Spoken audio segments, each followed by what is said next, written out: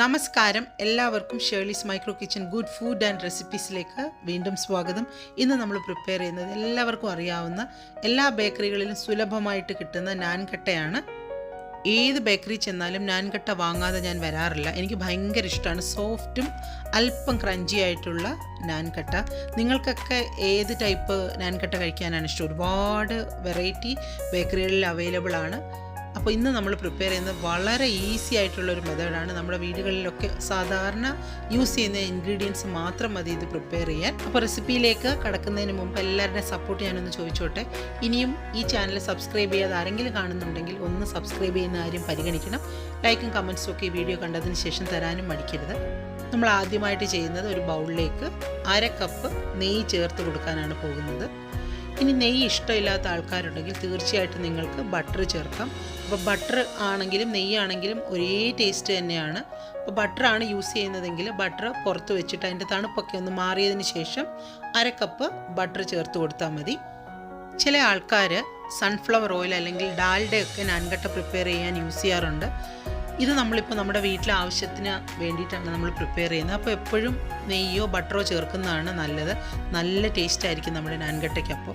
അപ്പോൾ ഇനി നമ്മൾ അടുത്ത ഇൻഗ്രീഡിയൻറ്റ് ചേർക്കാൻ പോകുന്നത് പൊടിച്ച പഞ്ചസാരയാണ്. പൊടിച്ചിട്ടാണ് നമ്മൾ അളന്നേക്കുന്നത്. അതിപ്പോൾ ഒരു 1/4 കപ്പുണ്ട്. അപ്പോൾ 1/4 കപ്പ് പൊടിച്ച പഞ്ചസാര നമുക്കിതിലേക്ക് ചേർത്ത് കൊടുക്കാം.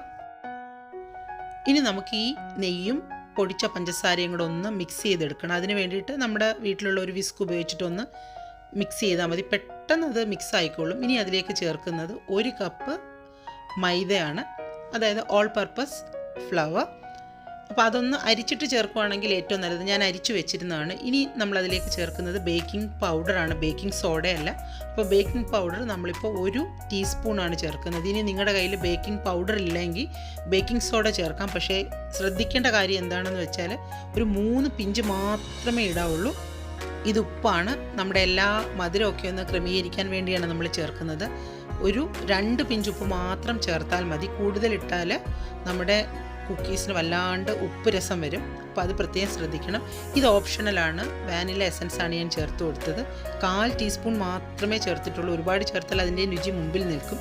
ഇനി എസൻസിൻ്റെ ടേസ്റ്റ് ഇഷ്ടമല്ലാത്തവരാരെങ്കിലും ഉണ്ടെങ്കിൽ 2 ഏലക്ക നിങ്ങൾ ഒന്ന് പൊടിച്ചിട്ട് ചേർത്ത് കൊടുത്താൽ മതി. ഇനി നമുക്കിതൊന്ന് നല്ലതുപോലെ കൈ കൊണ്ടൊന്ന് മിക്സ് ചെയ്തെടുക്കാം. പെട്ടെന്ന് തന്നെ മിക്സ് ആവും. ഒരു 2-3 മിനിറ്റ് മാത്രം മതി. നെയ്യിലേക്ക് പഞ്ചസാരയും മൈദയെല്ലാം പെട്ടെന്ന് തന്നെ നല്ലതുപോലെ ആയി കിട്ടും. അപ്പോൾ നമുക്കൊരു ചപ്പാത്തി മാവിനൊക്കെ കുഴയ്ക്കുന്ന പോലെ ഒരു പരുവത്തിലാണത് വരുന്നത്. പക്ഷേ അതിനേക്കാൾ ഒരുപാട് സോഫ്റ്റ് ആയിരിക്കും.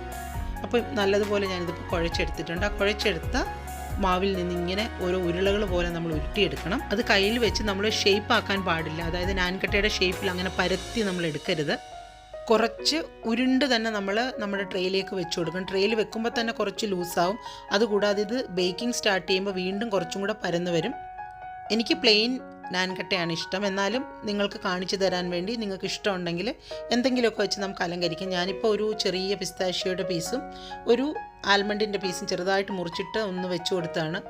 നമുക്ക് അവൻ ഒന്ന് പ്രീ ഹീറ്റ് ചെയ്തെടുക്കണം. ഒരു 170 ഡിഗ്രി സെൽഷ്യസിൽ ഒരു 10 മിനിറ്റ്സാണ് ചെയ്തത്. അതിനുശേഷം 170ൽ തന്നെ ഞാനൊരു 20 മിനിറ്റ്സ് ബേക്ക് ചെയ്തെടുത്തതാണിത്.